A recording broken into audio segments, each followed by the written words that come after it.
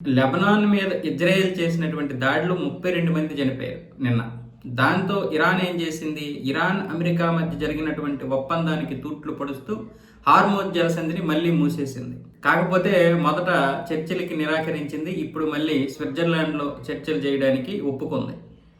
ఇది అమెరికా చేసినటువంటి విఘాతమే, అమెరికా చేసినటువంటి దాడే ఈ యొక్క ఒప్పందాన్ని ఉల్లంఘించింది అమెరికానే అని చెప్పి ఇప్పుడు ఇరాన్ ఆరోపిస్తుంది. ఇజ్రాయెల్ ఎట్టి పరిస్థితుల్లో కూడా దాడులు చేయకూడదు, లెబనాన్ మీద దాడి చేయొద్దు, హెజ్బొల్లా మీద కానీ హమాస్ మీద కానీ దాడి చేయొద్దని ఇటు అమెరికా నెత్తు నూరు కొట్టుకున్నా సరే ఇజ్రాయెల్ మాత్రం తన పని తను చేసుకుంది. ఎందుకు అంటే నీ స్వార్థం కోసం నువ్వు ఒప్పందం చేసుకున్నావు, నీ యొక్క లక్ష్యం నీకు నెరవేరిపోయిందేమో, మా లక్ష్యం నెరవేరలేదని చెప్పి ఇజ్రాయెల్ ఇటు మొదటి నుండి చెప్పుకొస్తుంది. ఈ యొక్క ఒప్పందాన్ని ఒప్పుకోలేదు.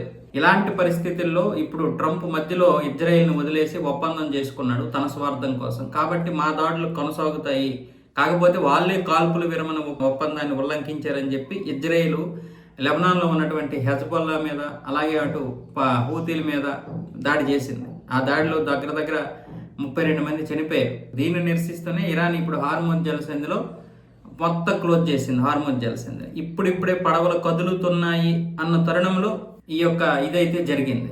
దాంతో ఇప్పుడు ఏం చేయాలో అర్థం కాలేదు. మళ్ళీ హార్మోజ్ జలసంధి ఉద్రిక్తత పరిస్థితుల్లోకి వెళ్ళిపోయింది. మళ్ళీ ఇప్పుడు చమురు ధరలు మళ్ళీ మునుపటిలాగే మళ్ళీ $110, $115, $120 వచ్చేస్తాయి బ్యారెల్ ధర. అమెరికా ఏంటి, ఈ స్వతంత్ర వేడుకలు అయిపోయినంత వరకైనా ఈ విరమణ చేద్దాము, 250వ స్వతంత్ర దినోత్సవ వేడుకలు ఘనంగా చేయాలంటే యుద్ధం ఆగాలి. యుద్ధం ఆగకపోతే వాళ్ళు చేయలేరు. అది తీవ్రమైనటువంటి ఒత్తిడిని తీసుకొస్తుంది ట్రంప్కి.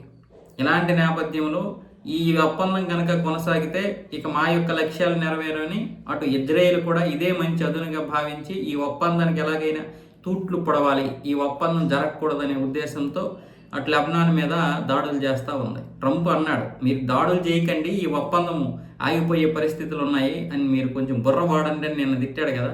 ఆ తిట్టిన దానికి బహుశా మండి ఉంటుంది ఇజ్రాయెల్కి, మొత్తం వేసి పడేసింది.